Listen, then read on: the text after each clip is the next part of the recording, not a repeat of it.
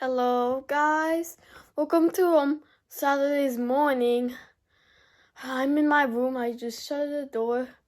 So right now, basically it's my spare time before we go on a trip. I'll be in another video. So right now, it's sunny outside, and we're doing a chapter 3 plus 4 on Mighty Mike's book. So if you remember, if you don't remember, it's in the description below. I read 2 parts of these. It's a boy, it's my coach, Mighty Mike, that had epilepsy. He had to experience hard times through it, and there's stories about his life. And we're gonna continue the chapter. So what? Maybe something had occurred, or he will have more struggles upon what's coming to him. That feeling. Chapter 3 and 4, here we come. And guys, you could check part 1 to see, so you can hear me. So so you know what does Mighty Mike do for life. Alright, let's start the book. No, I know this is a little weird. I'm doing it with my tools because the other tools broke, so I need to be careful. But I have one hand, and as long as that works, I'm fine. I don't think. This is chapter 2. Where it's all the team. That's what I remembered. Alright, make sure to give a like and subscribe, and follow me on social media and other featured channel. Alright guys, let's start. Chapter 3. Taking changes. Alright, Mighty Mike. Alright guys, are you excited? We don't want him to play with us, said Timmy to Mike's big brother Joe. Tommy wore blue jeans and a white t-shirt. His dark tan made his white blonde hair seem even whiter. They don't want him to play with them. And there's some ruining timeline. His hair got changed. Yeah, why does he always have to tag along? I don't want to catch epilepsy, or whatever it's called, exclaimed Johnny, a 10-year-old boy with brown hair. Joe glanced over at Mike, who stared at the ground. It's epilepsy, Johnny, and I've told you already. You can't catch it, so quit asking. He's coming along. He's my brother. Of course, Coach Mike. The other boys, the brother, siblings. You can't be on my team. The smile jumped from Joe's face to Mike's as his big brother showed him how to hold the wiffle ball correctly. You don't need a helmet to play wiffle ball. What is wiffle ball? Let me know, sneered Vinny. Oh, Mike does. Tom Christing, Mike's next door neighbor, Kristen, was it the girl in the neighborhood all the boys liked being friends with. Her hair was the exact color of a brown crayon. Well, I can imagine what it looks like. Crayon and brown hair are the same because they're colors, and brown is brown. So of course they are trying to make it as brown as they could. I think he looks great in it too. Christine's will caused Mike to turn red. Go play outside, Vinny, said Joe, grasping the wiffle ball in his hand and finding the right top of the right grip so the ball wouldn't curve. I'm pitching to my brother. Vinny huffled and placed himself straggly, only 10 feet behind Joe. Mike knew that meant Vinny didn't think he would hit the ball very far, if he even hit it all. Why is it? Robert Skeet and Mike Simmel Joe winked at his brothers and tossed the ball underhand. Mike swung hard and missed the pitch by a country mile. Joe pitched the ball again, only this time he tried to hit the bat with the ball, so Mike could get a hit. But Mike missed the next 8 pitches. Ooh, that's off. Sorry, Mike.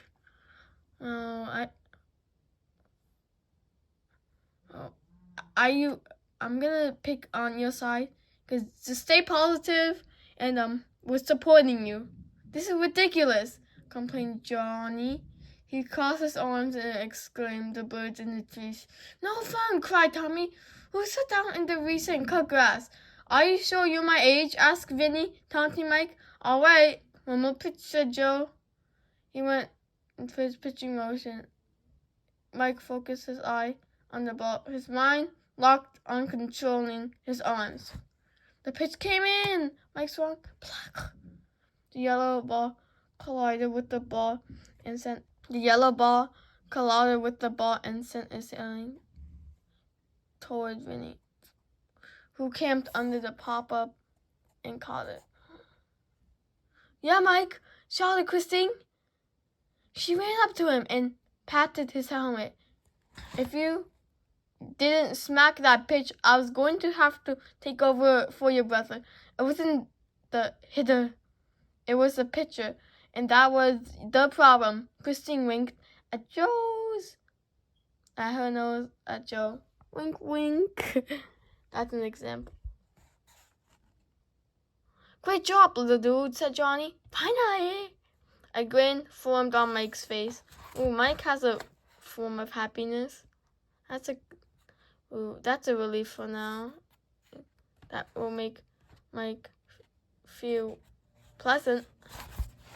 So at least that thing happens. Like, he could at least get one thing accomplishment. Tommy ran over and took the bat from Mike. Hey, you want to sleep over at my house tonight? He said to Joe. Sure, said Joe.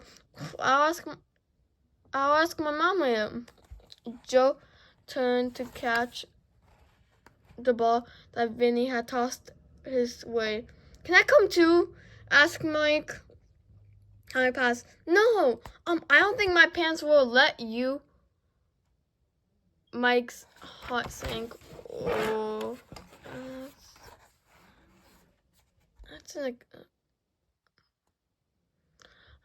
he knew right away it was because of his epilepsy. His parents' friend were worried, but Mike had a seizure while they were watching him, and they didn't know what to do about it. So his heart sank that it came to misery against him. So it's disappointing that he can't go out of his home and can have fun things in life. Oh yeah, so it's draining him down.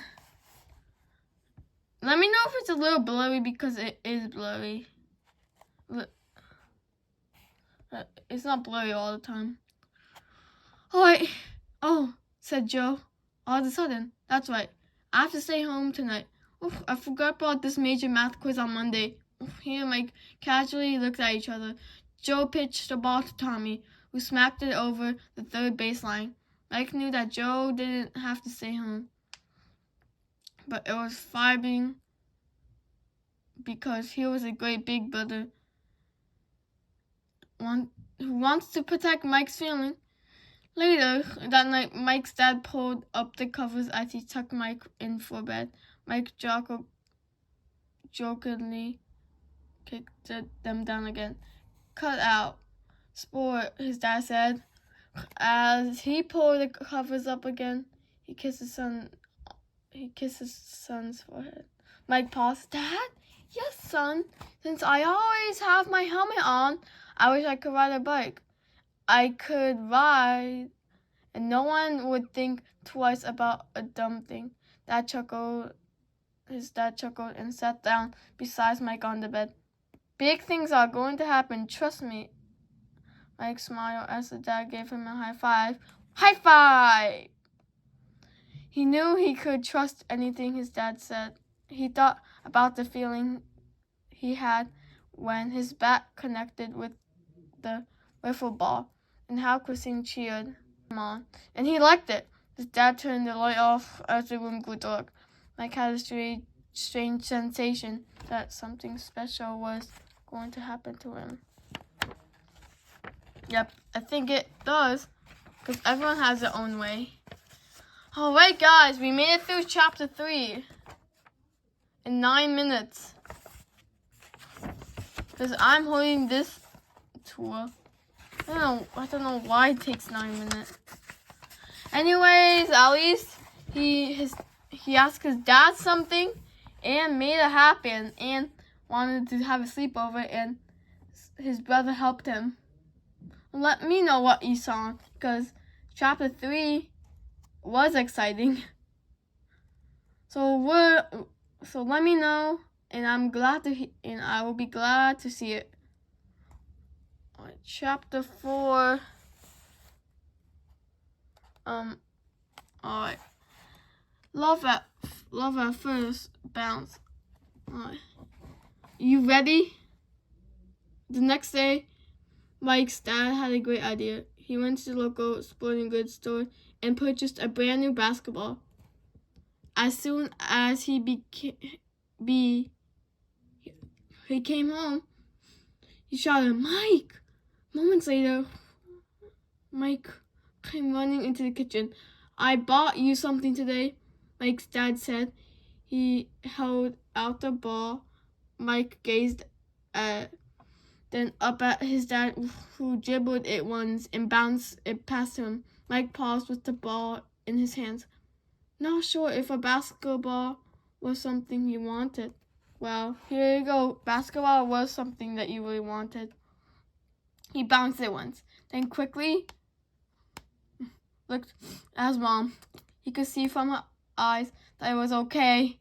He bounced it twice. Then again, with every bounce of that ball, Mike's smile grew bigger and bigger. After a few minutes of dribbling, Mike and that basketball were like best friends. Something wonderful happened when that ball touched his hands. Mike finally found something he could do. "Okay, now dribble outside where you and the ball belong," said his mom. Mike headed outside excitedly with his new ball. He dribbled it around his driveway. He dribbled it into the garage. He dribbled it onto the grass, but that didn't work out so well. He dribbled it the entire rest of the day. The next day, Mike dribbled it more whenever he could. Mike dribbled the basketball constantly every day. Rain or shine, hot weather or cold, it didn't matter. He even dribbled while walking his dog. Sweetie, that basketball went with Mike. You see me? Oh man, Mighty Mike had found his path, becoming a dribbler. You see, it wasn't too hard at first. Like, he did it like no matter what. Like, he pulled his strength because that's his passion, and this is a very important accomplishment in his life that he's doing it every day, and that's how he could hit himself in the head. And he has more skills. Everywhere, even to bed. I should have finished that sentence. Everywhere. Alright.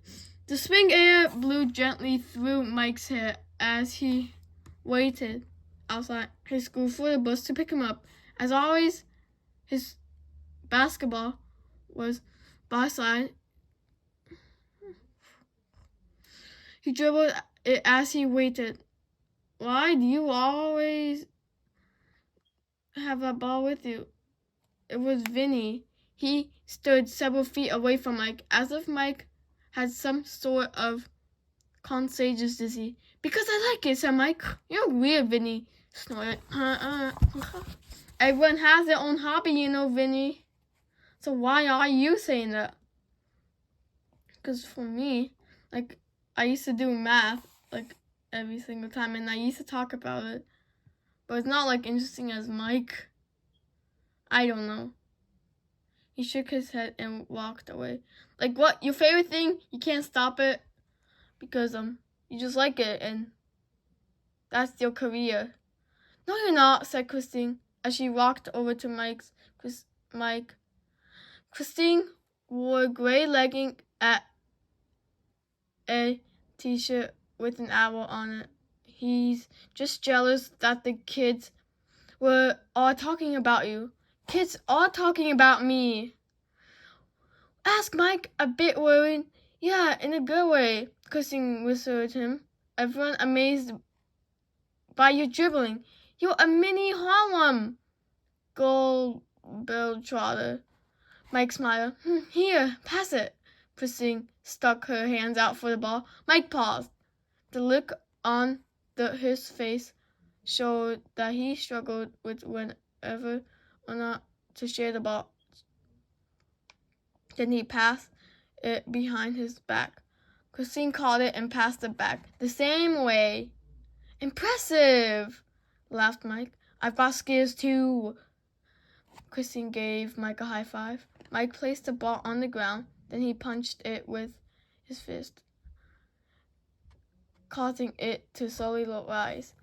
With a few gentle taps, he started dribbling it.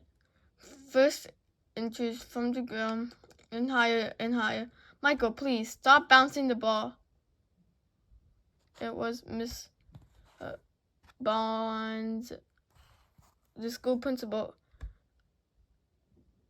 It's a get away from you. I don't know how to say that. It's a get away from you. And in the street, the buses are coming. She walked up to him briskly. I'll take that for a while, Mr. Barnes grabbed the ball from Mike. Hey, that's mine, said Mike, trying to not be disrespectful. What's his tone? Oh, I don't know what's his tone like, but his voice had changed from a high pitch to a low voice. And what would he say in his voice to not give away? But I'm glad that people say that he has impressive skills because nothing will stop him. Nothing will make him disappointed. Because he has a life. This is how tough times happen through a correlation. It's like a show, basketball entertainment for Mike. You can get it back another time, answered Mrs. Barnes. Now pay attention. Your bus is coming. A lump forward in Mike's throat. He tried to swallow it down as he felt himself want to cry. He fought back in tears. Please have your mother call me about it, said Mrs. Barnes. Okay, Mike replied, through the lump in his throat as the bus pulled up. I can't believe she did that, whispered Christine. Tell me about it, Mike sighed. Nothing ever goes my way. Mike and Christine joined the other boys and girls and learned and climbed on board the bus. He took a seat and Christine sat next to him. Mike started out the window as Bars in Mrs. Bond's hands. His dad had given him that ball that he wanted it back. When Mike got home, he quickly told his mom about what had happened. Mike and his mom drove back to school to meet with the principal and get the ball back. As he walked inside the building, Mike looked at the bench outside Principal Barnes' office and thought about it, of all the classmates he'd seen parked on it, waiting to go outside. It's like the bench of doom. Mike thought he imagined himself as the principal and Mrs. Barnes waiting on the bench to go see him. Cracking with a grin, his mother knocked on the door and was called in. Mike had never seen the inside of Mrs. Barnes' office before. To him, it looked pretty normal, and he couldn't understand why everyone was so afraid to go there. Mike's mom and Principal Barnes exchanged pleasant hellos. I'm concerned about Michael, said Mrs. Barnes. He's upset with his basketball. He's dribbling it everywhere. Been going so far for weeks. 19 minutes. Long, but at least not boring. Is he dribbling it during class? Asked Mike's mom. No, answered Mr. Bourne. How about during lunchtime or at an assembly? Asked Mike's mom. No, not my knowledge, replied the principal. Then I don't see what's the problem is. Yeah, Mike's mom. If he's dribbling before school, at recess and after school, there shouldn't be an issue. He should be doing other things with his time, started Mr. Barnes. I'm okay with all the dribbling, Mike's mom cut in. And if I'm there with it, everyone else should be too. She smiled, and her tone was kind. May we please have the ball back? Mr. Barnes walked over the couch and picked up the ball and handed it to Mike. Okay. Mike let the ball bounce, dribbled it once, then held it to his side. He looked up at his mom. Thank you, said Mike's mom to Mr. Barnes. We appreciate your concern. Yes, I was trying to be helpful, replied Mrs. Barnes.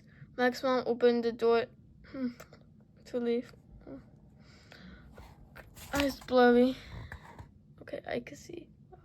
Mike waved goodbye to Principal Barnes, and he felt like he had the coolest mom on the planet. Mike dribbled the ball as he and his mom walked down the hallway. He knew that the ball was helping him to develop coordination. In fact, he had just been switched from his special gym class to a gym class with all the other boys and girls. That's a symbol of a normal gym class. Ooh, there's a change. So at least he didn't have to be in a special gym class forever. Like he's acting like a regular person because of his improvement and skills. But Mighty Mike knows what's he doing, and they trusted him at least. So yeah, so at least he's on the second level. Ooh, Mike. Like, I'm still supporting you. And, yeah, that's the whole chapter for this video. Wow, Mike, that is actually good. Like, you all joined into a normal basketball with all the normal kids, and you could actually make new friends. And that is, that means you're changing. Like Mike's life is a lot, but at least there's some up and downs, and at least new people and new clubs he might join in. Man, this is like I'm inside his shoes. That's the point of a book. Well, my neighbor knocked on the door. I'll go outside. This is what we're packing up for going. I'll tell you that in the next video.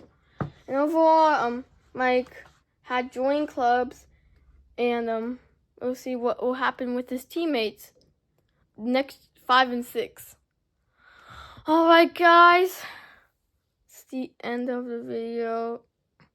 Let's see if he goes up to other stages. And yeah, and he's well known, so he could make life high good. Alright, guys, this is all for today's video, and remember, guys, take care. Bye. Enjoy this video.